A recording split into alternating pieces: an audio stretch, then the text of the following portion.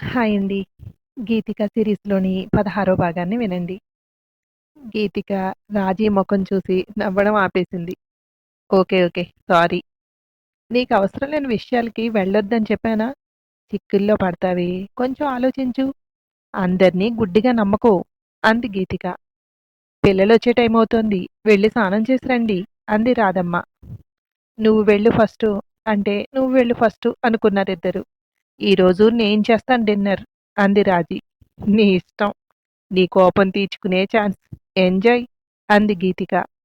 వాళ్ళు dinner prepare చేసుకుని స్నానాలు చేసి కూర్చునేసరికి పిల్లలు రావడం మొదలైంది. ఇద్దరు పెద్ద పిల్లలు సెవెంత్, మిగిలిన పిల్లలు ఫిఫ్త్ లోపు.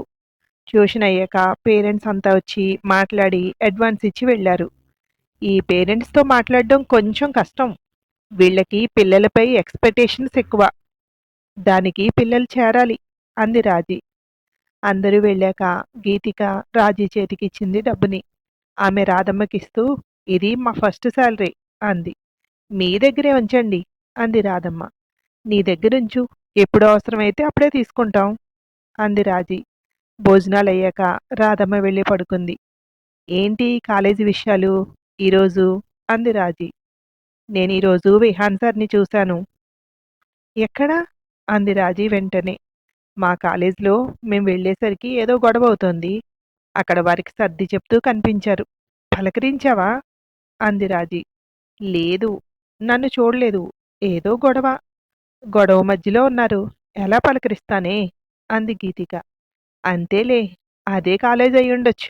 మళ్ళీ కనిపిస్తారులే అంది రాజీ. ప్రవీణ గురించి కూడా చెప్పింది గీతిక. అయితే నాలాంటిది దొరికింది మాట నీకక్కడ అంది రాజీ. మన గోల్ ఉంటుంది చూసావా, అది మనల్ని ఎటువైపు వెళ్లకుండా చేస్తుంది. చాలా ఆకర్షిస్తూ ఉంటాయి. కానీ వాటినన్నిటినీ అంచనా వేసి ముందుకు వెళ్ళాలి అంది గీతిక. ఈరోజు క్లాస్ ఎలా జరిగింది అంది రాజీ. సరే, మాకీరోజు చెప్పింది చెప్తా చూడు అంటూ నోట్స్ ఇచ్చింది. నాకు ఇదే చెప్పారు ఈరోజు. చూడు అని తన నోట్స్ ఇచ్చింది. ఇద్దరూ దాని గురించి చర్చించుకున్నారు చాలాసేపు. నెక్స్ట్ డే గీతిక కాలేజ్ లోపలికి వెళ్తుంటే విహాన్ ఎదురొచ్చాడు. ఏయ్, ఏంటి నువ్విక్కడ అన్నాడు. సార్, నాకు ఈ కాలేజీలోనే సీట్ వచ్చింది అంది. మరి రాజీ అన్నాడు.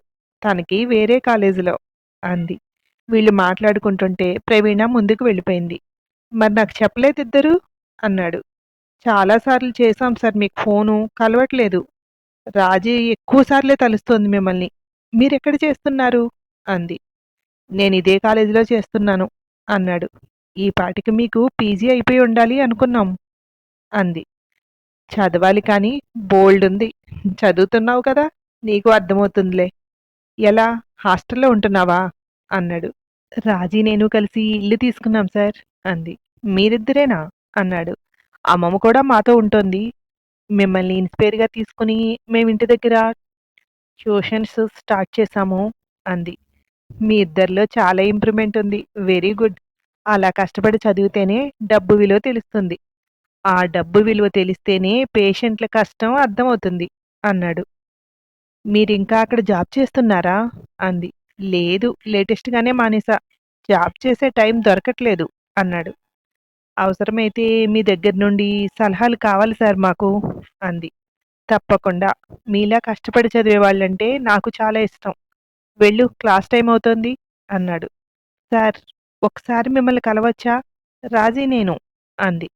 ఇప్పుడు అలాంటివి పెట్టుకోకు. మీ టైంకి నా టైంకి అస్సలు కుదరదు. చూద్దాం, ఎప్పుడైనా కలుద్దాం అన్నాడు. ఓకే సార్, బాయ్ అంటూ వెళ్ళిపోయింది. క్లాస్లోకి వెళ్ళాక ప్రవీణ, నువ్వు మాట్లాడుతున్నావు కదా అని నేను వచ్చేశాను అంది. ఏమన్నారేంటి మీ సార్ అంది మళ్ళీ. ఏమంటారు, ఆయన ఎప్పుడూ చదువు గురించే చెప్తారు. బాగా చదవమన్నారు అంది గీతిక. ఇంత స్మార్ట్ సార్ని మీ కాలేజీలో అమ్మాయిలు ఎవరూ లవ్ చేయలేదా అంది ప్రవీణ నవ్వేస్తూ. చాలా మంది. సర్ క్లాస్ అంటే ఎవ్వరూ మాట్లాడేవారు కాదు. సైలెంట్గా వినేవారంతా. ఏమైనా డౌట్స్ ఉన్నాయా అని అడిగితే మాత్రం ఒక్కొక్కరు దగ్గరికి వెళ్ళి మళ్ళీ మళ్ళీ అడిగి చెప్పించుకునేవారు. ఆయన పాపం పిల్లల డౌట్లు అనుకునేవారు. కానీ వీళ్ళకి ఆయనతో మాట్లాడడం ఇష్టం. అందుకే పదే పదే తిరిగేవారు అంది. క్లాసులు అవుతున్నాయి. ప్రొఫెసర్స్ వస్తున్నారు వెళ్తున్నారు. అనాటమీ క్లాస్ ఎప్పుడుంటుంది? అంది ప్రవీణ. నీకా సబ్జెక్ట్ ఇంట్రెస్ట్‌లా ఉందే అంది గీతిక. అనాటమీ క్లాస్ కోసం చాలా ఎక్సైటింగ్‌గా ఎదురుచూస్తున్నాను. నా ఫ్రెండ్స్ అందరికీ ముందే చెప్పాను. ఒక సెల్ఫీ తీసుకోవాలి అంది. ఇదేం సరదానే నీకు? అంది గీతిక. మా ఫ్రెండ్స్ అందరికీ భయం. అందుకే నేను సెల్ఫీ తీసుకొని వాళ్ళకి పంపించాలి అనుకుంటున్నాను అంది. అలా క్లాసులు జరుగుతున్నాయి. ఇంటికొచ్చి రాజీతో పంచుకోవడం అలా రోజులు గడిచిపోతున్నాయి. పిల్లల ఎగ్జామ్స్, వీళ్ళ ఎగ్జామ్స్ చదువుకోవడం అలా ఫస్ట్ ఇయర్ అయ్యి సెకండ్ ఇయర్‌లోకి ఎంటర్ అయ్యారు. ఒకరోజు ఇద్దరూ కాలేజీకి వెళ్తుంటే రాధమ్మ నీరసంగా కనిపించింది. "ఏమైందమ్మమ్మ? ఈరోజు నేను మానేస్తాను. హాస్పిటల్‌కి వెళ్దాం" అంది గీతిక. "వద్దు చూద్దాం. ఈరోజు తగ్గకపోతే రేపు వెళ్దాంలే" అంది రాధమ్మ. వాళ్ళు కాలేజ్ మానేస్తాము అన్నా ఒప్పుకోలేదు. కాలేజీలో లంచ్ అవర్‌లో బయటకొస్తుంటే విహాన్ కనిపించాడు. అతన్నడిగింది, "అమ్మమ్మకు బాలేదు. ఎక్కడ చూపించమంటారు?" అని. "ఇక్కడ హాస్పిటల్ కూడా ఉంది. ఇక్కడికి తీసుకురావచ్చు. అక్కడికి తీసుకువెళ్ళు. నేను నీకు నంబరిస్తాను. నేను ఫోన్ చేసి చెప్తానులే అతనికి" అన్నాడు. "అన్ని టెస్టులు అన్నీ చేస్తారు. వీలైతే నేను కూడా వస్తాను" అన్నాడు. "అలా అయితే రేపు తీసుకువెళ్తాను సార్" అంది. ఇద్దరూ కాలేజ్ మానేసి ఆయన చెప్పిన హాస్పిటల్‌కి రాధమ్మని తీసుకువెళ్లారు. ఒక ఇంటిని హాస్పిటల్‌గా మార్చుకున్నారు. లోపల ఆపరేషన్ థియేటర్స్ అన్నీ ఉన్నాయి. రిసెప్షన్‌లో విహాన్ సార్ పంపించారు. "ఆశీష్ సార్‌ని కలవాలి అని చెప్పారు" అని చెప్పింది గీతిక. లోపలికి ఫోన్ చేసి "రమ్మన్నారు వెళ్ళండి" అంది అక్కడున్న అమ్మాయి. వీళ్ళు పరిచయం చేసుకుని విహాన్ సార్ పంపించారు అని చెప్పారు. "ఆ! చెప్పాడు" అని చెప్పి టెస్టులన్నీ రాసిచ్చి చేయించుకురమ్మన్నారు. టెస్టులన్నీ అయ్యి రిపోర్ట్స్ వచ్చేసరికి 2 అవర్స్ పట్టింది. ఈలోగా విహాన్ వచ్చాడు. వీళ్ళని చూసి "ఏమైంది? టెస్టులు అయ్యాయా?" అని అడిగాడు. "సార్ ఇప్పుడే అయ్యాయి" అంది గీతిక. "రండి లోపలికి" అంటూ డాక్టర్ రూమ్‌లోకి తీసుకువెళ్ళాడు. రాధమ్మను కూర్చోమని రిపోర్ట్స్ అన్నీ పరిశీలించి "పెద్ద భయపడాల్సిందేం లేదు. పెద్ద వయసు కదా! కొన్ని రోజులు ట్రీట్మెంట్ తీసుకుంటే సరిపోతుంది" అన్నాడు. "నా మనవరాలు డాక్టర్ అయ్యే వరకు నేను బతికేలా ఉంటే చాలు బాబూ" అంది రాధమ్మ. "ఏం పర్లేదు మామగారు. మీరు మందులు రెగ్యులర్‌గా వాడుతూ ఉండండి. వీలైనంత ఎక్కువగా రెస్ట్‌గా ఉండండి. అన్నీ అవే సర్దుకుంటాయి" అన్నాడు. 2 ఇంజెక్షన్లు చేశారు. "తీసుకువెళ్ళండి. 2 రోజులకొకసారి తీసుకురండి" అన్నాడు ఆశీష్. "సార్ ఫీజు" అంది గీతిక. "ఇక్కడ అన్నీ ఫ్రీనే. మీరెప్పుడైనా రావచ్చు. చూపించుకోవచ్చు. కొనుక్కోగలము అంటే మందులు కూడా కొనుక్కోవచ్చు. లేదంటే ఇక్కడ మేమే ఇస్తాం" అన్నాడు విహాన్.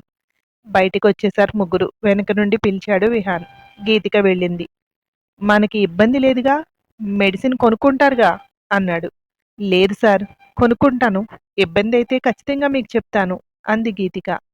ఆవిడ చాలా దిగులుగా ఉన్నారు. పైకి కనిపించట్లేదు గానీ, "జాగ్రత్తగా చూసుకోండి" అన్నాడు. "ఇంకేం ప్రాబ్లం లేదు కదా సార్" అంది. లేదు అంటే లేదు అని కూడా చెప్పలేం. బ్లడ్ తక్కువగా ఉంది. బీపీ ఎక్కువగా ఉంది. వీలైనంత సంతోషంగా ఉంచుతూ మెడిసిన్ రెగ్యులర్‌గా వాడితే ఏ ప్రాబ్లమ్ ఉండదు అన్నాడు. "Sure sir. తప్పకుండా పాటిస్తాం. ఏమీ అనుకోకపోతే ఒక మాట అడగచ్చా?" "ఎలా సార్? నేను చేద్దామనుకున్న అన్నీ ముందుగా మీరే చేసేస్తూ కనిపిస్తున్నారు" అంది గీతిక. "నేను చదువుతున్నది డబ్బులు లేని వాళ్ళకి ఉచితంగా వైద్యం చేయాలని నా ఆశయం. మిమ్మల్ని చూసే పార్ట్ టైమ్ జాబ్ చేయడం అనే ఆలోచన దానికి ట్యూషన్ ఎంచుకున్నాం. మా లైఫ్‌లో మీరు మర్చిపోలేని విభాగం అయిపోయారు సార్" అంది మళ్ళీ. "ఇతను నా ఫ్రెండే. సండే ఎర్లీ మార్నింగ్ రండి. ఈరోజు ఇంజెక్షన్ ఇచ్చారు కదా! ఆ రోజు ఒకసారి చెక్ చేస్తాడు. మీరు ఎంత ఎర్లీగా వచ్చినా నో ప్రాబ్లమ్. ఇది ఇల్లు కూడా. ఇక్కడే ఉంటాడు ఆశీష్. మీరెప్పుడైనా వచ్చి చూపించి తీసుకువెళ్ళండి" అన్నాడు. "Okay sir. Thank you. మీ నెంబర్ పనిచేయట్లేదనుకుంటా. ఎప్పుడైనా మీకు కాల్ చేయాలంటే" అంది గీతిక. Visiting card తీసిచ్చాడు. "అవసరమైతే కాల్ చెయ్యి" అన్నాడు.